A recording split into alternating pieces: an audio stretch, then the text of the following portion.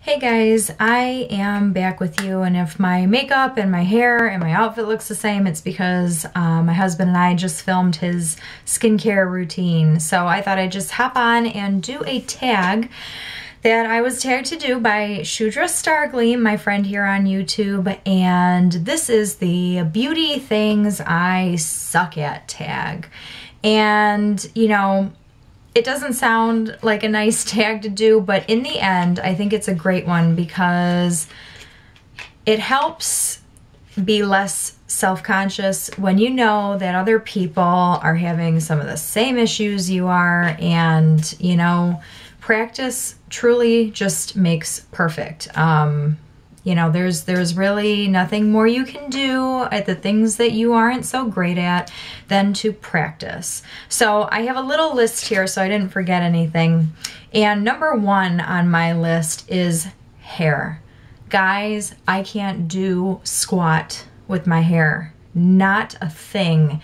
If it's not washing it, conditioning it, getting out of the shower, letting it air dry for a little bit, blow drying it, and flat ironing it, I can't do anything. I can put it up in a ponytail. I can do half up, half down with like a little ponytail in the back. I can't do braids. I can't do updos. I've watched so many tutorials on how to do kind of that vintagey, like victory roll, really cool, different looks, different braids. Can't do it. I need to sprout another 4 arms with hands, and I just, bobby pins go flying everywhere. I just completely suck at hair, completely suck at hair. And, you know, I am trying to be less frustrated with it, but I have fine hair. I mean, there's quite a bit of it from every hairstylist who does my hair, but it never like lays right, and it parts down the middle on its own. So this is pretty much how I've looked since like high school. Yeah. The color does change. I change up the color quite a bit. I'm auburn now because the red has washed out, as red always does, but I've been blonde, so dark brown that it almost looked black. I've been all different kinds of shades of brown with highlights thrown in, and the most extreme hair I've ever had has been a darker brown than what I have with, no kidding, like fire engine cherry red peekaboo highlights. And it was when I worked at a day spa, and I could get away with hair like that because it was artistic. And as much as I would like to do something funky with my hair now, I can't because I'm in more of a corporate world setting. So hair is number one. And any kind of color that I do with my hair, I go and see a professional. Any cutting I get done, I go and see a professional because I don't trust myself at all.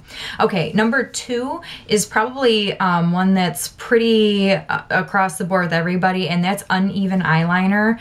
Like, I am not ambidextrous. I can only use my right hand to do makeup stuff, and somehow this eye always turns out the way I want it to, and then I go to do this eye, and it's probably the pressure of making it look exactly like the first one I did that it always ends up uneven. And then it's fixing, like tweaking. Okay, a little more here, a little less there, a little, so yeah, fun. I've gotten better at it. I really like using more of a brush like this to apply my eyeliners, you know, just a little angled brush. I find this a little bit easier to get things evened out. Number three is liquid liner. I'm still trying to master that. I have some awesome Lime Crime eyeliners. They're called uniliners. They're great because they're all different kinds of colors, but the brush, it's not like firm enough to keep the line steady for me. Like, I like this because it's firm, you know, there's not a lot of give to this.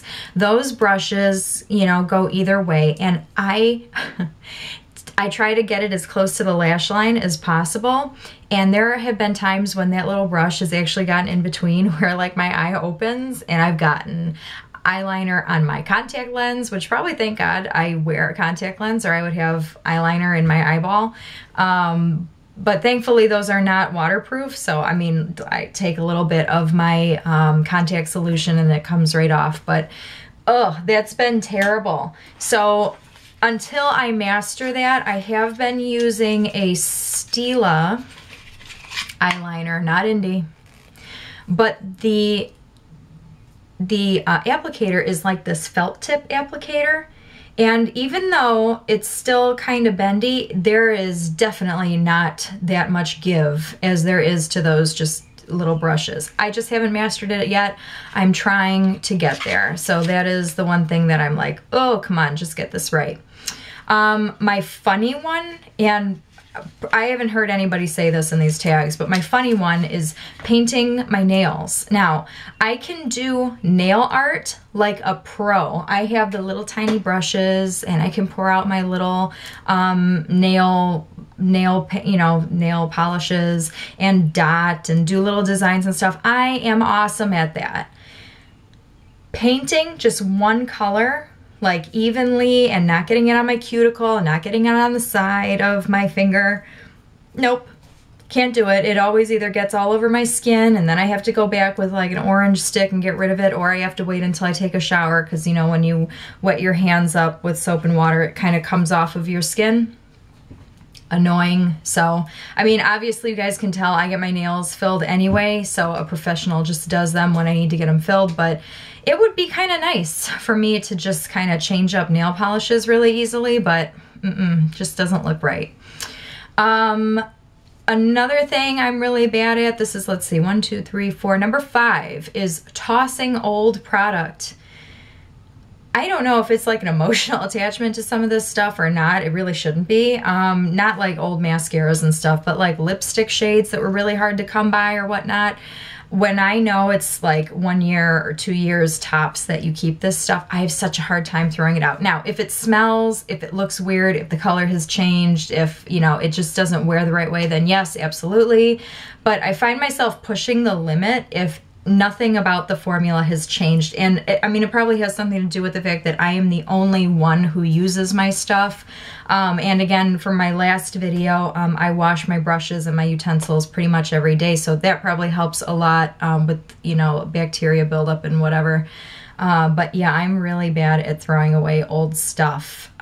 So that's something I suck at. And then the one thing I want to add that I used to suck at, and I have the evidence right on my face, was back in high school, okay, back in the day, it was really cool to have thin eyebrows. Right now, of course, it's in to have thicker eyebrows, but all my girlfriends used to go after high school and get our eyebrows threaded.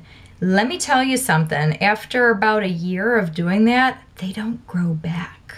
They don't. So I do have eyebrows. I do have them. They're just very thin, and because my natural hair color is kind of like a light brown, they're light, so I have to continuously, you know, I have to fill them in every day, or I feel like I look like an alien because I don't have eyebrows. So that is definitely something that I used to suck at, and I can't suck at anymore because there's nothing left to thread. And that was a painful thing. I don't even know why we even did that, but think about it. When you're making your brows skinny, think about it, because if you ever want them to come back, sometimes they just do not. So that, I think for right now, is it as far as the beauty things I suck at. Those are like my major ones.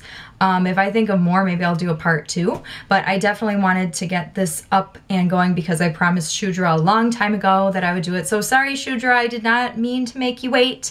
But the wait's over. So here it is, and let me know, guys, what do you suck at beauty-wise? I would love to know. I'd love to commiserate. I'd love to hear a funny story, because this was a little bit depressing. But that's okay, because I know that there are people out there who either have the same issues that I do, or even funkier ones, who knows. But I hope you enjoyed this, and I will talk to you guys soon. Okay, bye.